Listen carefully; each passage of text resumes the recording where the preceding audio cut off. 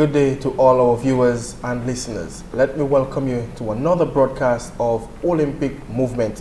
In today's show, we will be viewing, or I should say, speaking and enlightening you, the public, on the topic Agenda 2020, a strategic roadmap for the future of the Olympic movement.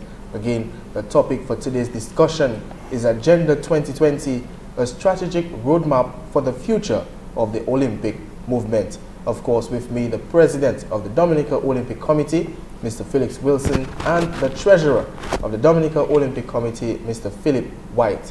And before we move any further, let's take a break. And when we return, our guest here will enlighten you on the Olympic movement and the Agenda 2020. Stay right here. We'll be right back.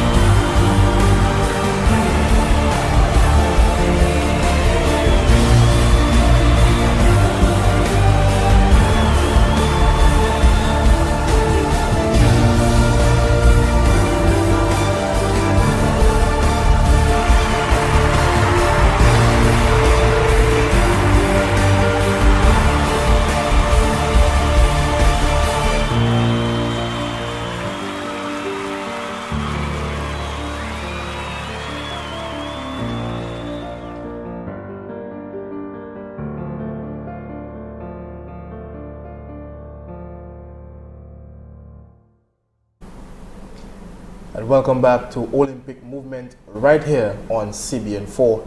Our guest here is on set and that's none other than Mr. Felix Wilson, the president of the Dominica Olympic Committee. Good day, Mr. President.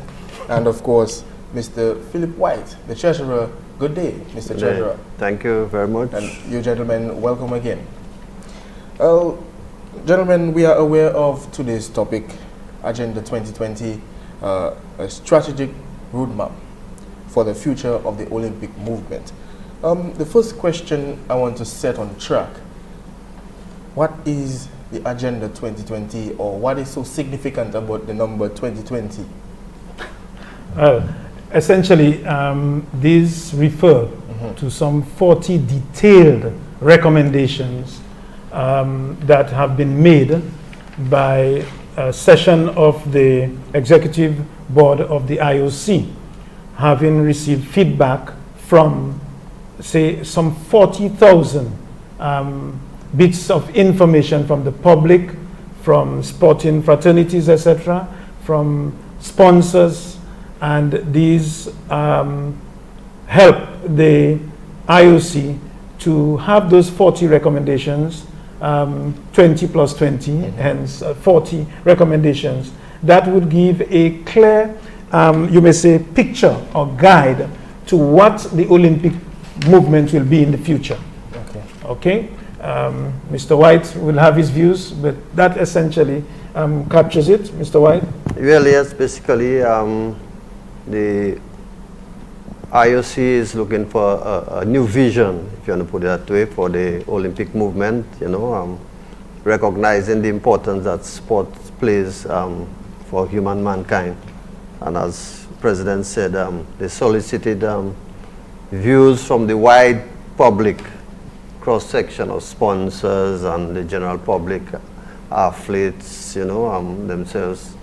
And it was zeroed down from 40,000 to 40, which is just 0.1%. So you can see how it was really narrowed down to ensure that they got the really best out of it, and later on we can go into some of the pointers. So there's nothing so significant about the 2020? Oh yes, it is very significant because this is what's going to... It's about vision. Vision. When you have 2020 vision, I know you get it. There's something significant about 2020 vision. Right. So you can see clearly now. You're almost like Jimmy Cliff. It's a former prime minister of ours who said, I can see clearly now, 2020. So you can recall. Well, so we can go into some of the 40. Well, we can just touch it and let us know what some of them are. Yeah, but probably before. Well, I will give Mr. White first bite of the cherry. Sure. Not probably to mention all 20 of them, but the first greater part of the first 20, and then I will come in. Sure. With the latter part. Yeah, we can look at some of them, like for instance, shaping the bidding process as an invitation, evaluate bid cities by assessing key opportunities and risk, reduce the cost of bidding, because this is significant, include sustainability in all aspects of the Olympic Games, include sustainability within the Olympic movement's daily operations, because I think they spend something like $3 million a day,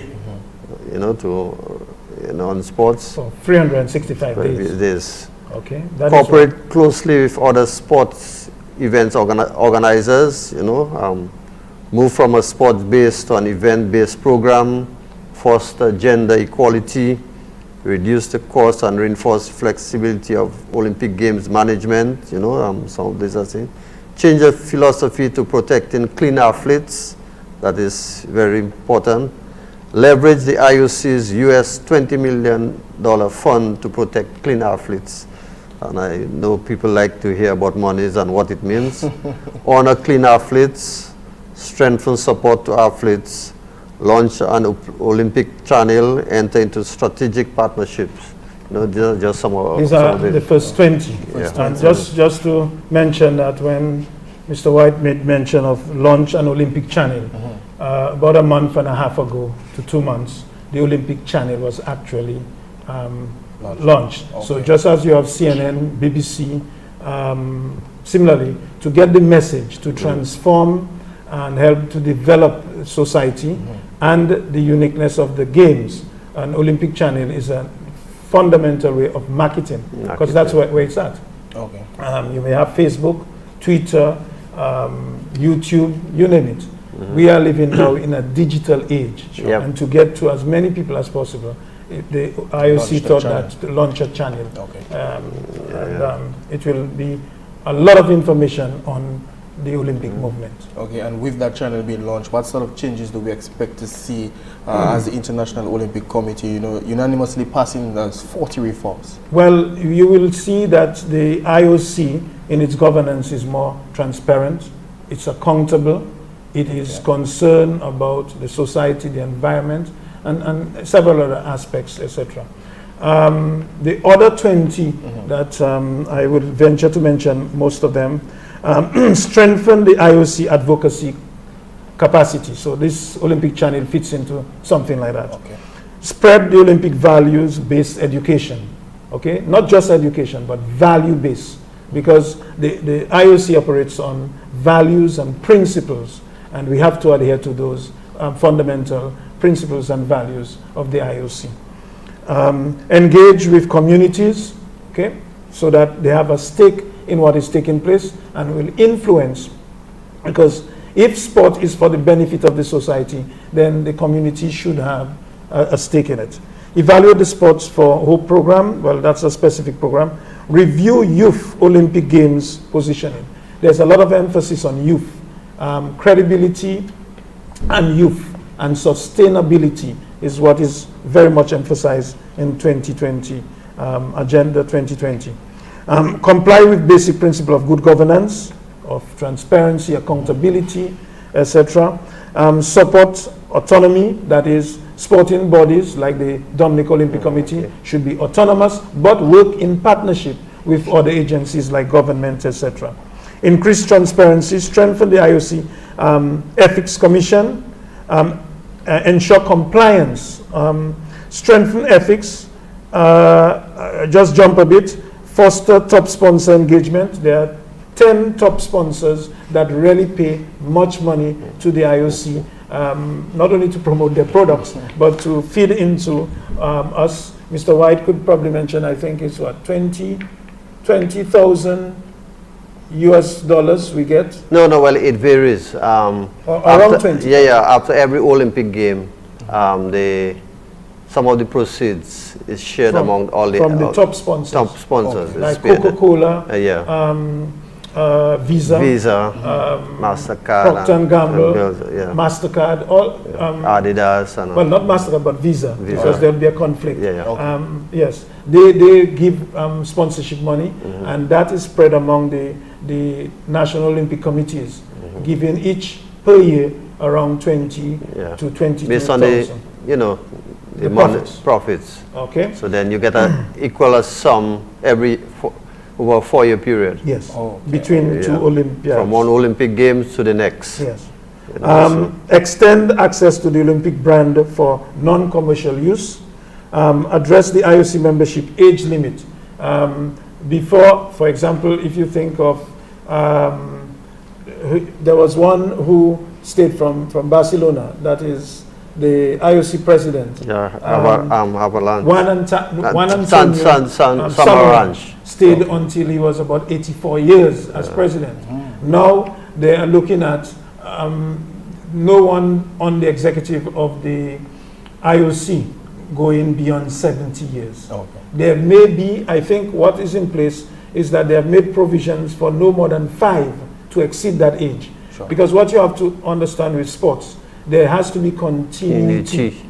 It's not like a political movement where every 5 years you change them for very good reasons. Yeah. But with sports management, there need to be some continuity. So there are some members who need to be there to help lead or guide new persons who would come on board the administration. Okay. And I'm not yet 70, neither is Mr. White. So there's hope for us. Then foster dialogue with the society within the Olympic movement, and review the scope and composition of IOC commissions. There are several commissions within the IOC. Okay. Well, gentlemen, there's lots to talk about, and we're just going to take a quick break, and when we return, we will give you more on the Olympic movement and Agenda 2020. Please stay tuned. Don't you move a muscle.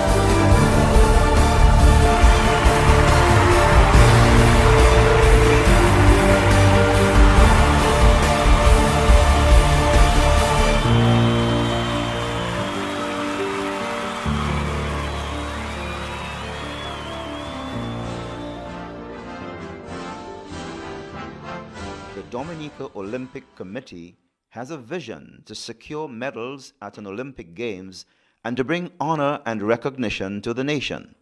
And DOC is on a mission to promote Olympism and protect the independence of the Olympic movement, represent the International Olympic Committee, live the principles and values of the Olympic movement, develop and protect athletes, promote women in sport, anti-doping, fair play, sport for all, the environment and culture, non-discrimination and education.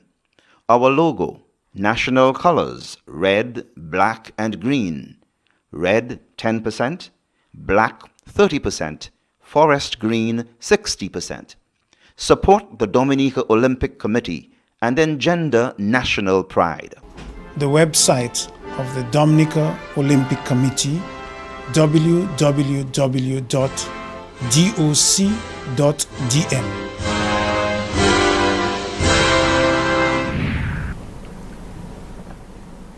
Welcome back to Olympic Movement, and in case you're just joining us, where they're speaking about Agenda 2020. Might be a familiar number, you might not like it, but we're speaking Agenda 2020. And gentlemen, just this question, why the move to Agenda 2020? Well, the IOC, forward thinking, realizes that the world is changing and changing rapidly. I mean, it's a digital world. Yeah. Okay.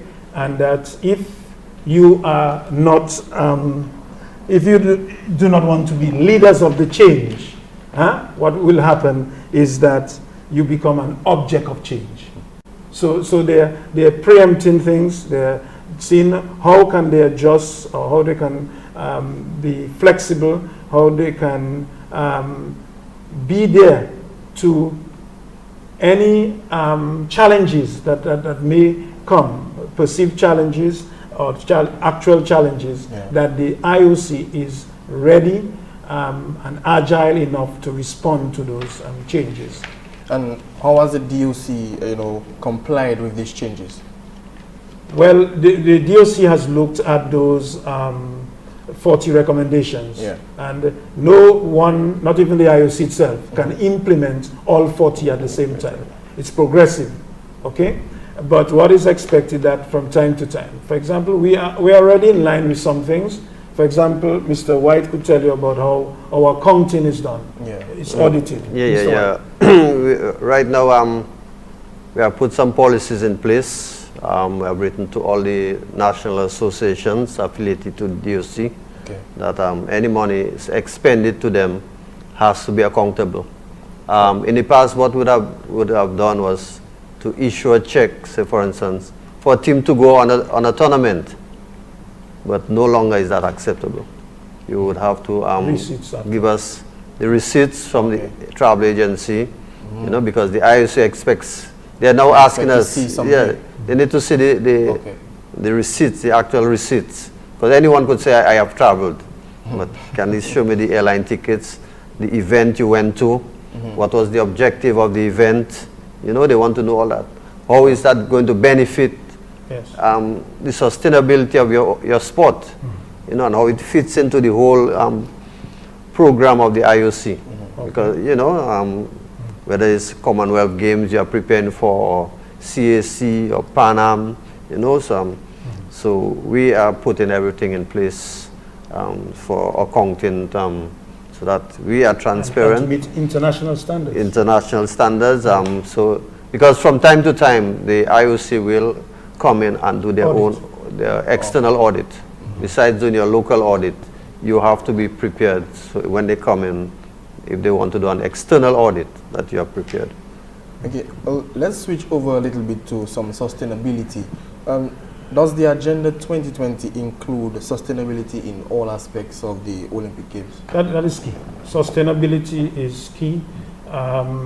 Another aspect is good governance, which in part Mr.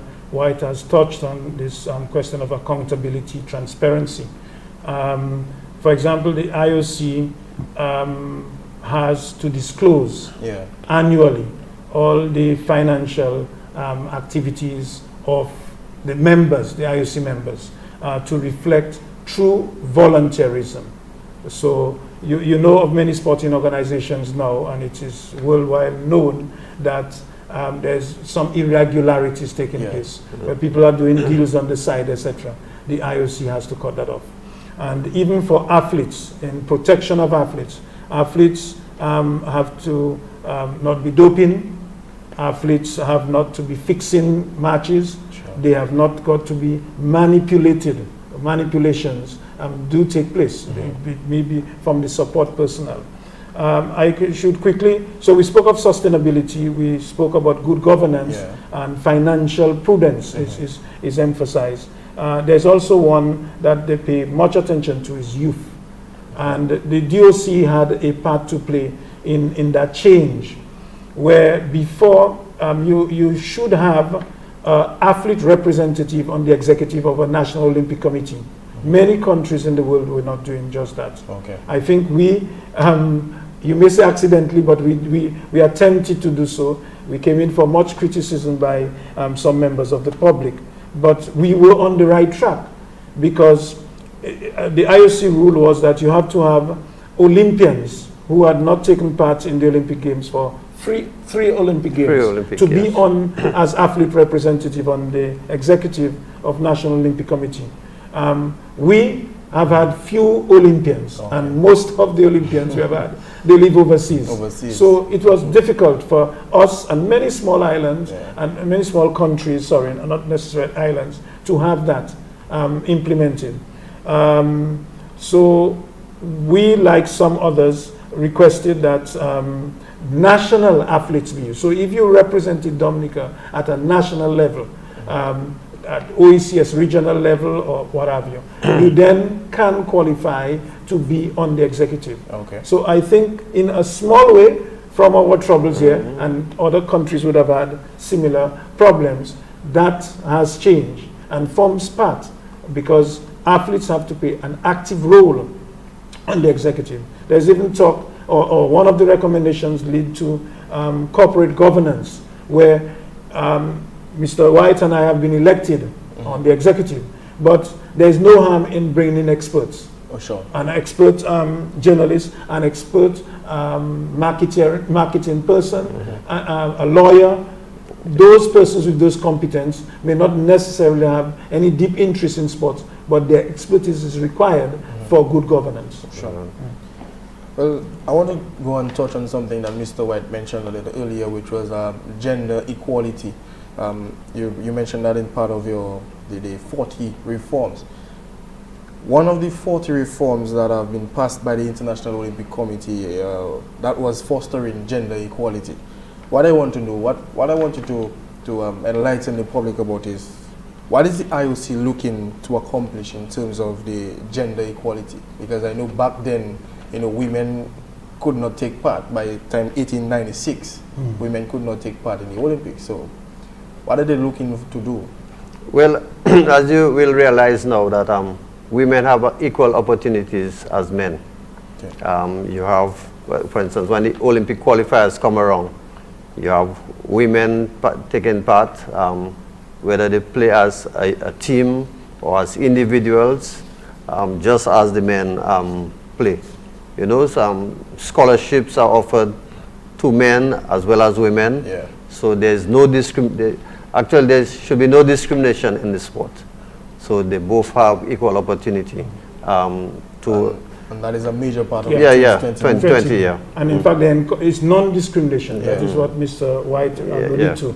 And what also, there's a recommendation that we should increasingly have women administrators on the thing. We have presently in our 9-member committee executive, we have 1 female, and that, I'm telling you, is better than many countries and sometimes big countries. Yeah. So we have to encourage women. And let me just quickly speak of, in light of this 2020 and the non-discrimination and gender equality, recently we did a research project, the DOC, to look at participation of women in sports.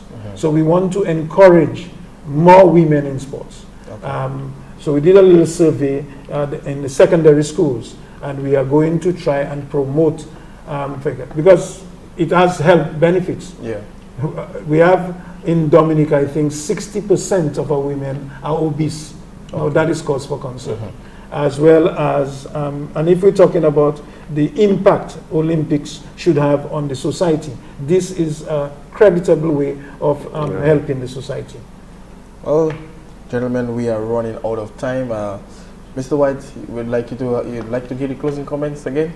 Yes, well, as usual, it's a pleasure to be here talking about the Olympic movement. Sport is something that's great. Yeah. Everyone should really participate in sport. And as we continue to say, we want from a very tender age to see our youngsters in the schools. We need to see a vibrant school program. The Olympic Committee with its affiliates are now encouraging partnership with the schools rather than going on tournaments. You know, if we could start rekindling what we had years ago, the competitiveness. I can remember when we were growing up, SMA playing academy, grammar school, SMA playing grammar school. You know, this was a big thing. They always lost. They always lost. Yeah, yeah. You know, you had in the primary schools, Rosa Boys School playing mixed school. You know, Yeah. we used to have those big games. You know, we need to see that coming back into our sport. So, with our programs, we hope that will entice the parents, you know, to see the importance of what we are saying, the Agenda 2020. There are several opportunities now in sports. Sports is a career. And essentially, we have to comply with all the recommendations. Some of them don't relate to us because we will never bid for the Olympic Games unless, as I see, you may be one of those billionaires investing in Panama, and probably you could host the Games in Dominica. I don't know where you'll find the space to do so, but that is a dream that may never come true for small islands like Dominica. But we have to comply with several, if not all, of those 40 recommendations. For sure. Well, let me just say thank you, gentlemen, for being here. Thank you very much. We look forward for you being here again as to enlighten the public on the Olympic movement and, you know, maybe some more on the Agenda 2020. We're not sure.